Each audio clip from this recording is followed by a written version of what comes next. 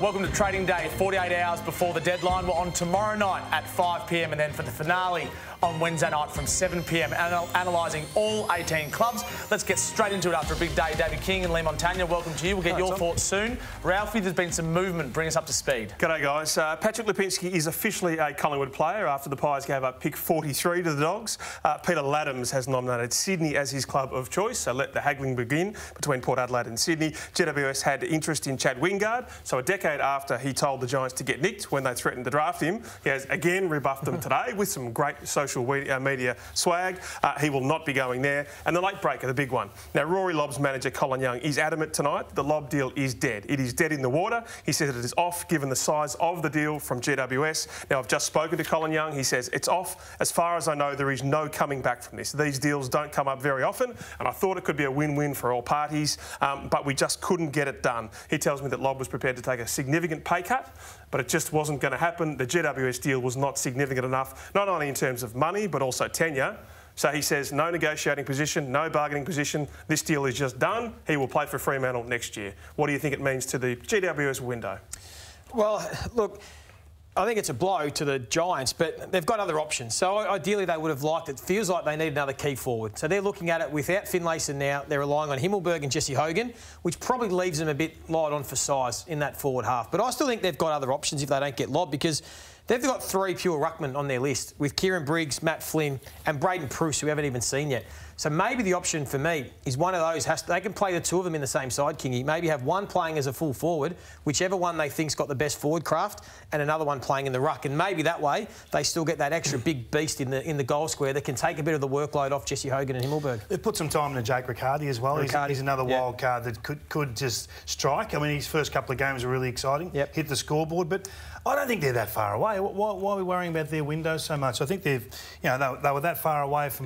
Toby Green gets suspended for the major game at the end of the year. If he plays, I mean that whole game shifts. Jesse Hogan was injured in that game as well. Yeah, the last 6 or 7 weeks was fantastic. Ralphie, this strikes me as a bit of the Sydney Swans and Joe Danaher. It feels like the Giants never really wanted Lobb. Fremantle never really wanted to lose Lobb, and this was his management and the player pushing a move. I think you're right. And look, there's no doubt that they could have found the money next year. So Bobby Hill's going out on a deal which will be worth about $400,000 next year. And I think what Colin thought was, OK, this bloke's coming in at $450,000, $500,000. It's only $100,000. So what gives?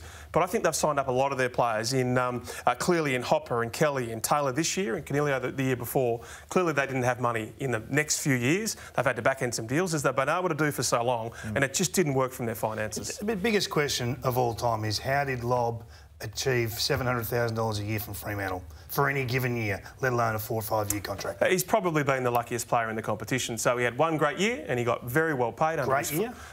2016 was 29 goals. Got paid well then. I'm not saying he justified it. On potential though, but he got paid on potential, and then he went home to Fremantle on a 4-year deal. He got paid there again. And so, look, it must be said, he is prepared to take a pay cut, and he was absolutely going to do that. The deal isn't there for him. He's been lucky, but at least you've got to give him credit for actually wanting to get into a premiership window and win that flag. And you say $700,000 a year, and that would hurt other clubs, but the Dockers have salary cap room, so it's not like it's crippling the Dockers to keep him, Kingy. You can't pay $700,000 a year to players who are just also runs on your list. He has hardly commanded half that money. I agree. It's too much for what he's worth, but it's not hurting them at the moment. Well, it always hurts you. I mean, well, how? How does it not hurt you? Well, because they've got so much space in their salary cap. They're happy to absorb, not happy, they're content to absorb one player who's on a bit more than he's worth, because at the moment they're not necessarily in this premiership window. If he was at a Collingwood last year or a club that has a tight salary cap, it would really hurt, but it doesn't really hurt them. I think you can front load all sorts of contracts. Some of these younger players that are coming out of up for negotiation the next couple of years are going to command significant cash. You can get ahead of that. They don't have that luxury because they're back-ending some of these players that aren't really impacting their wins and losses. What it says to me, though, the Giants obviously believe they're in the premiership window. If they've gone after Rory Lobb to help them full forward, Chad Wingard, who we touch on, they've gone after him. Clearly, they think now's their time to strike with the current list they've got. You know, they've signed up Toby Green and Canelio and Whitfield and Kelly, etc. I like at least they were being really active and trying to get a side that they think could win a flag. You're a big North Melbourne man, David King. We know that.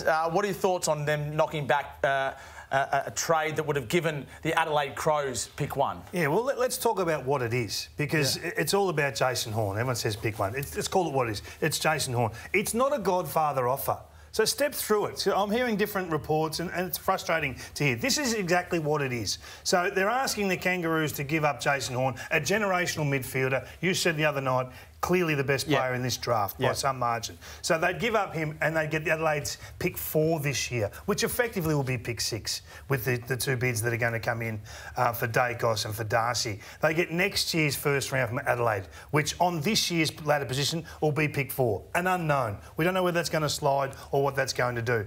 And the swap of first-round picks, or first and second-round picks, first round, which is Melbourne's first-round pick, would be pick 18 on this year's numbers. Kangaroos' second-round pick would be pick 19 on this year's ladder position.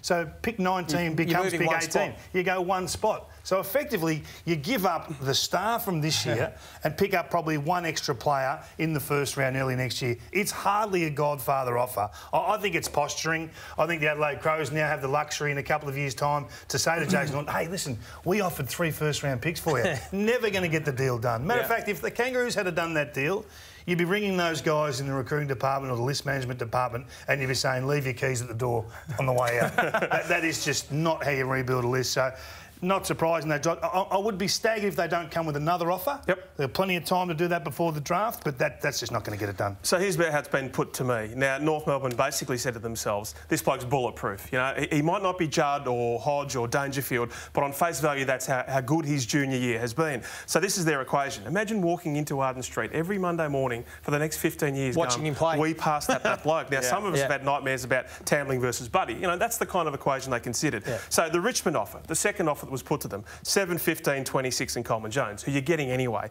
So back factor in the father-son bids, you push it back to 9, 17, 28. These are the players in the last 3 years that went at those picks. Chase Jones, Sam Sturt, Xavier Halloran in 2018. Are you swapping a star for them?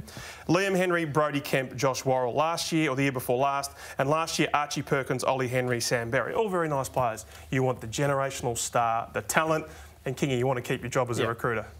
Yeah, I just think it's a no-brainer. This kid, he may go back to Adelaide in a few years, he may, but you've got to take the risk as a football club to back your environment in. Comes in with a whole host of other young stars on the rise, and just see if you can spike as a group, create a culture of your own. Yeah, we've seen what Sam Walsh has already done to Carlton. We saw what Matt Rowell at the start. You know, he's added. But this is what Horn Francis will do to the Kangaroos. He'll make a difference straight away to that football club. Speaking of high draft picks, Hawthorn. Ralphie, are there any chance to offload one of Mitchell, Wingard, Gunston or O'Meara, the big 4? Not at this stage. So you can't be involved in a fire sale if the blokes for sale don't catch fire with the rivals, and that certainly hasn't happened right now. Or more to the point, those players haven't wanted to go to those clubs. So Port Adelaide had some very early interest in Jaeger O'Meara. It was fleeting. Now there was the Ken Hinkley connection. Both of them were at Gold Coast. That doesn't seem to have progressed any further. Chad Wingard is absolutely resolute despite GWS officially having interest. He's just not leaving. Now that football boss in Rob McCartney tonight was adamant that if an offer came up for any player the club would be considering, they would go straight to that player. Are you interested? If he says no, done. That deal is absolutely finished. And so, look, the issue for me is if they can't improve that draft hand. 5, 21, 24, you know, they're okay picks. But they probably wasted last year when they thought they could win a flag. A really constructive year this year, bringing the kids in. What if they waste next year as well with players that basically know they were being heavily shopped around and they just couldn't find a suitor for them? Yeah, I suppose the question is really for Hawthorn. They can trade these players. They maybe just have to ask for not as much in return. So the question is, what's worse, Kingy? Keeping these players on their list for another year and really maybe going nowhere and trying to do it again next year, or just taking what they can get for these players now? And it might not be a top 10 pick. It might be a pick around 20. What's the lesser of the two evils? Do you think it'll be around 20, though? I don't know. I've got no idea. Surely they would. Surely a club would come pick 20. That's absolutely fine. For who? Jaeger O'Meara. That's a bargain for the club that's getting him. I would have thought. Well, Bruce 31, Gunston 30, Mitchell 28, O'Meara 28. Yeah. You're not going to get high. You're not getting pick 20 for those guys. I'm sorry. You're not. I think you're getting deeper than that. You know, clubs. It's a buyer's market at the moment. I think this is the system we've created. The system favours the player rather than the club. Like Sam Mitchell should be able to walk into this football club and say, look, I want to purge some of these players. Let's see what we can get for X, Y and Z. Hopefully you get a good market and you do get some picks in the 20s and you get an opportunity to start the rebuild instantly. But because we allow the players to hold full control, this list is on hold now. It'll be a 5-6 year rebuild because of the way we design this. And I don't even know if it suits the player. I don't know if it's great for Gunston to finish this way or Tom Mitchell to go through 4 years of what? of just playing good footy that has no consequence when they've got more to offer and success. But if they wanted to leave, they'd say club. so. They'd say, Tom Mitchell would say, I want to go, or Chad Wingard would say, I want to go. Surely it's good for Hawthorn that Wingard wants to play for them. Yeah, but what are you about? You're about winning premierships. Yep. The club's there to set up to win the next flag. You're not going to get anything for these guys if you fire sale them like that, probably. But I think that the clubs have to have control. This is the old argument about whether you're able to trade players in contract. And if you are, what does it do? Well, I'll tell you what it does. It brings an 8-year rebuild back to about 4 if you get it right. So the Wingard would go then. If essentially you're saying if we can trade players in contract, Wingard doesn't have a say whether he wants to go to the Giants or not. I think you'd have clubs doing different things. I mean, everyone's talking about what Geelong have done the last few years. So Geelong might say, we're going to keep going down this path. Not saying they would, but what if they got Gunston and Wingard in at the end of this year and stayed that older approach? Who says that doesn't have success quicker than the absolute rebuild, going back to square one, because it just takes so long. But how many would he trade? I think Sam Mitchell's really keen to keep. Clearly he's captain in McAvoy. He wants to keep some of the senior leaders in Bruce and also Liam Shield. But how many would he have traded of those next 4 players there who all have real currency? I think you have the conversation. You said if you're not having the conversation. If you could trade them against their will, would he potentially trade all 4 of those? The likes of Gunston, of course, and O'Meara and Wingard and Mitchell. Well, you'd probably keep 2 of 5. Okay. Yep. I'd say, and create a culture around those guys and let them lead, and you choose which 2 they are. But I mean, what's the point? You ask the players, is there any inclination to go to another club and have another crack at a flag? Try and get, do what Sean Higgins has done last year. Do it. These guys have been to the top, so maybe it's not as important for them. So why doesn't Wingard want to go? It is certain now that if Chad Wingard stays, he will not win a premiership at that football club. Jack Gunston's the same, but Jack Gunston's won, I think, all 3 of those Hawthorn flags. Why are those blokes keen to stay? And, clearly it's about loyalty, which is not a bad thing. Well, it's only Wingard at the moment that we believe is keen to stay, and he's knocked back the offer, and that's because, as you said, obviously he doesn't want to go to Sydney or doesn't want to play the Giants. So he might want to go to Essendon. Yeah, but I'm sure you believe the others are all open to offers, aren't they? Well, not necessarily open, all of them, but I think Jack Gunston, he's a professional. He would look at it if the club came to him. I mean, each player is very different. Tom Mitchell's put his foot down that he wants to stay as well. You've reported that, Ralphie, as well, when early in the year he was open to it. So I think it depends what player you're talking about. Do you think it's a better look what's happening now, or being sensible enough about it to be able to trade in contract? Because it's an ugly side of the game right now where Sam Mitchell's talking to other coaches about taking some of these players. I actually don't mind trading in contract, but Joey, my view is that you shouldn't be able to trade players in contract that are on base payments. I think it's unfair to send someone who's $110,000 a year with a young family around the country against their will. But then there's a deeper argument than we'll have today, but you can't set your competition up around your bread roll eaters. The bottom 5 to 10% of the competition. Yep, agree. You've got to set it up to make the competition the best it can be. It's a good discussion, and one we have every year, but it is highlighted even more because of the Hawks' plight at the moment. They're looking to rebuild pretty quickly. Joey, your money ball, what have you got for us tonight? Yeah, well, just another money ball scenario where we're going to compare 2 players, and we've just been talking about the Hawks, but if you have a look at these comparisons of 2 players, you look at Jack Steele's numbers there on the left, and we know how amazing of a year he had. Robbo had him, I think, rated 8 in his top 50 players for the year. The guy on the right, you look at his numbers, and they're not too dissimilar for the season 2021. And if you have a look at this player, and that's why I'm surprised that there aren't more clubs queuing up to have a crack at Jaeger O'Meara. He's still only 27 years of age. He'll be 28 early next year. I think it's underrated, the year that he had. I think he is still a high-quality player, Kingy. I know you said maybe the club wouldn't give up a top 20 pick for him, but I'm telling you, some of these clubs in the premiership window, he could be the difference. So who? Like, well, Richmond, where we know a one midfielder away with, what they're after. Port Adelaide, we know, are probably a midfielder short. The Sydney Swans, I think, could do worse. They're not, asking if Jaeger O'Meara is available. If one of these clubs around this premiership mark could get their hands on this player, I think he's underrated. I still think he's got some quality football left in him. He had an underrated season, and I think he's a high talent, and I'm surprised there aren't more clubs, Ralphie, asking if he's available. Yeah, if Port Adelaide have gone cold on him, I don't really know why. I just think he's perfect for them. They're talking about Xavier Dersma playing in as a centre square midfielder. Xavier Dersma is just an elite wingman. Now, I want to see more of Rosie and Butters in the centre square, but I think he brings them in and he complements them, and then they can still play their roles forward and wing, and he's just the inside midfielder there along with Ollie Wines. Ralphie, you broke the story on the weekend on Saturday with Mark McGowan in the Herald Sun that Bobby Hill wants to play for Essendon. Where's that deal at? So Essendon is prepared to offer a couple of picks potentially in the 50s, or maybe they feel like he's rated about a pick 35 to 40. Now, there's been talk around that they would only offer a third rounder. Look, I think right now what they're doing is just waiting for GWS to say this is exactly what we want. It's confusing. Now, Tom, you reported on Friday that he did want to broker a trade. Yeah. I think a lot of list managers out there are saying, well, he's probably known for 3 months. Why was it that he waited until the Friday of this trade period to say, I'm out? It makes it more difficult to broker a trade. Yeah, it's confusing. It's confusing for GWS, I think, because they didn't see it coming. And it makes it hard for Essendon as well. If they've got 2 picks in the 50s as they do, Joey and Kingy, they've got pick 51 and 56. That's probably not enough to get Bobby Hill done. They probably need pick 35, which they don't have at the moment. Yep. He's not a star yet, but I still think that he's got absolutely serious talent there. Now, look, what it does for Essendon, if they can get this done, is it rounds out a battery of small forwards there. Now, they haven't had a star forward, a pure small forward, for a very long time. But you think about them in 2 years. Hill and Tippingwoody kicking 30 each. Cox pushes forward off a wing, maybe he kicks 15 or 18. You know, Jake Stringer and Archie Perkins with that wink, wink, nudge, nudge. They swap forward, midfield. I just think they can be so dynamic. And so, look, here are Essendon's goal kickers through the premiership years. I'm not saying it's a premiership forward side just yet, but Hurd, Caracella, Mercury, Blumfield, Moorcroft in 2000. Salmon, of course, the key position forward. Buick, Kickett, Hurd, Watson, Mercury, Plain, Simmons. Now, you don't quite need that absolute superstar forward. He's very handy, but right now, until they get him, if it's Ben King or someone else, you know, this is what they can do in the next couple of years. But I get the feeling you're not convinced on Bobby Hill yet. Not convinced. Probably not. Look, a guy that averages 9 disposals a week can cause some chaos down there, but you can't be convinced. How can you be? No, I'm not critical. I don't think it's an unfair assessment to not be convinced. Just on what you said before about clubs being able to trade players against their will, why can't the GWS... In contract, sorry, yeah, either way, why can't the Giants trade Hill to a Victorian club of their choice if he wants to leave for compassionate reasons?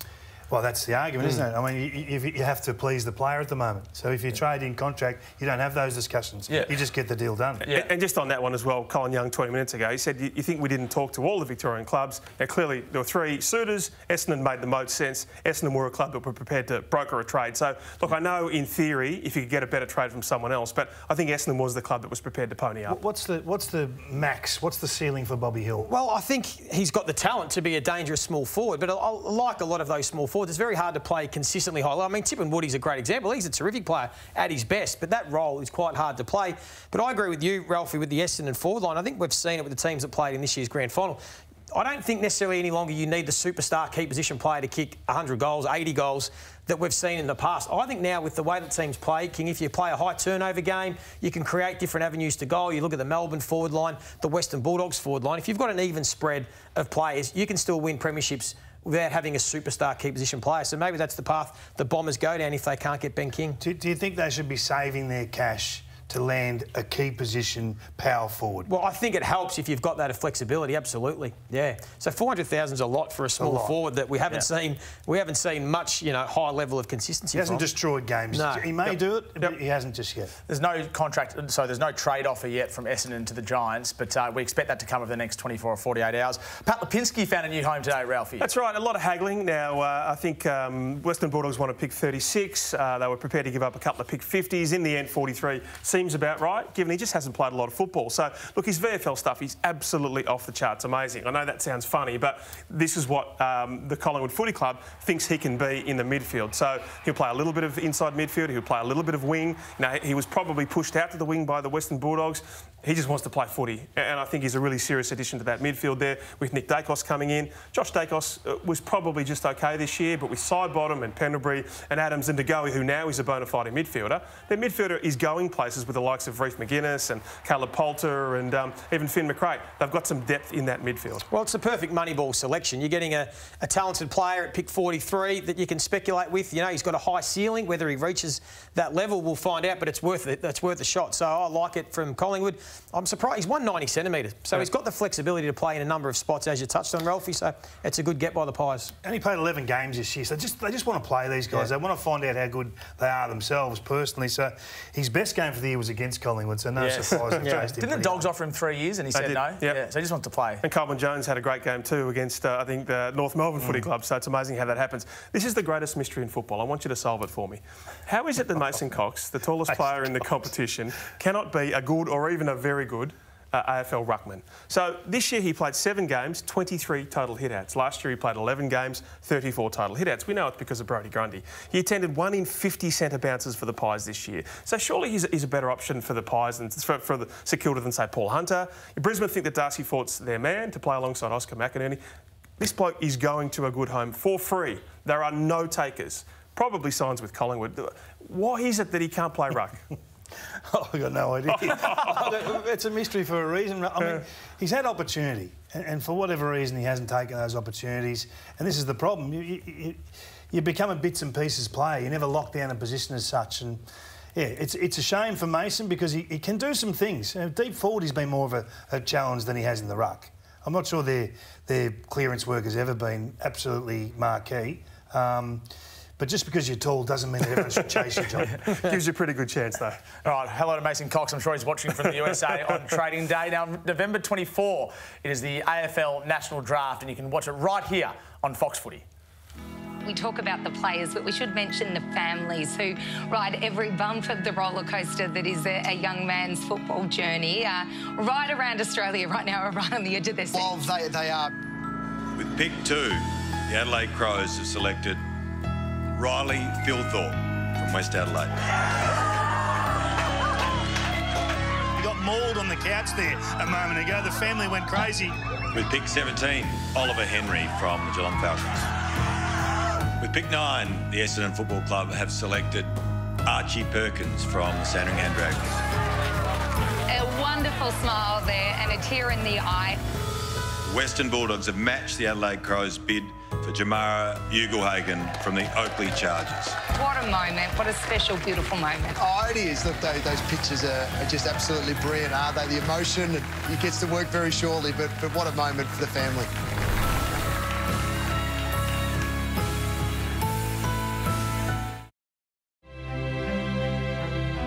These are the human stories, the heartbreaks and turbulent times, power players and defining moments, confidences and confessions, triumphs and celebrations.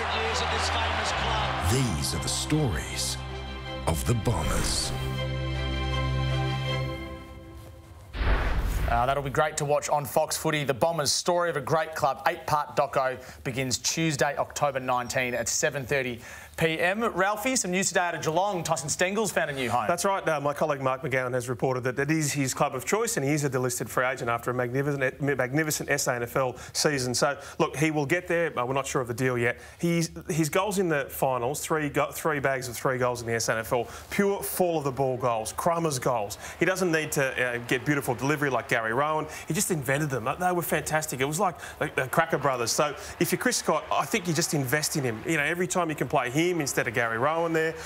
Guys, do you like that fit for a real pure fall-of-the-ball crummer at Geelong? Yeah, I do. I think he even showed enough in his 10 or 12 games at the Crows that he has the capabilities and the talent to be a small forward and a very good small forward in this league. So I think it's another one of those situations. They get him for nothing, still only 21 years of age. We know he's getting his 2nd or 3rd chance, but sometimes you need some maturity, you need some things to hit home for you to realise and get to your potential. And maybe this might be the wake-up call for him, and hopefully he has a long career because, as I said, I think he's got the talent to really add to that Geelong forward line. Best ever ground ball get inside forward 50 recorded in the SANFL for a season. Ooh. So that's a big stamp, and Champion Data have been doing that for about a decade. So there would have been a whole host of names go through the SANFL during that time. So it's a big stamp. Hey, it was great to see Mark Robinson's byline back on a story in the Herald Sun today. His top 50 was back. Christian Petrarca was #1. What did you like from what you saw, Ralphie? I'll start with you. I love that Christian Petrarca was at #1. I love that Christian Petrarca signed a contract at the start of the year. Now, he could have signed something like $1.4 million, and Instead, he signed for 900 to 950, and that will get them more premierships, more cap space for other players. David Bundy at 23. Yeah. Unbelievable. At his age, I thought that was terrific. And I like that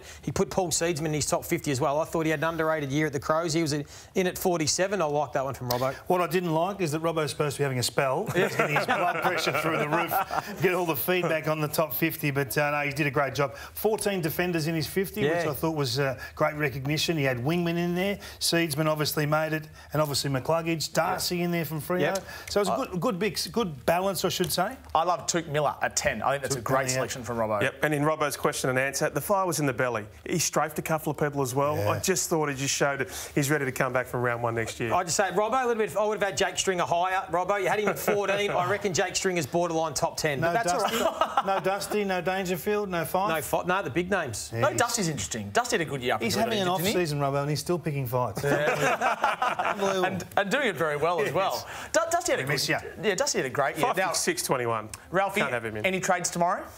Well, let's hope. Let's hope that the Clark deal gets done. No, I think Dawson goes to Wednesday. And we're on Wednesday night as well, so that's perfect. That'll start at 7 p.m. Tomorrow night, you got Dicko, you got Jordan Lewis, and you'll be here as well, Ralphie. That starts at 5 p.m. and replayed throughout the night on Fox Footy. We'll see you then, and also Wednesday night for the finale of Trading Day.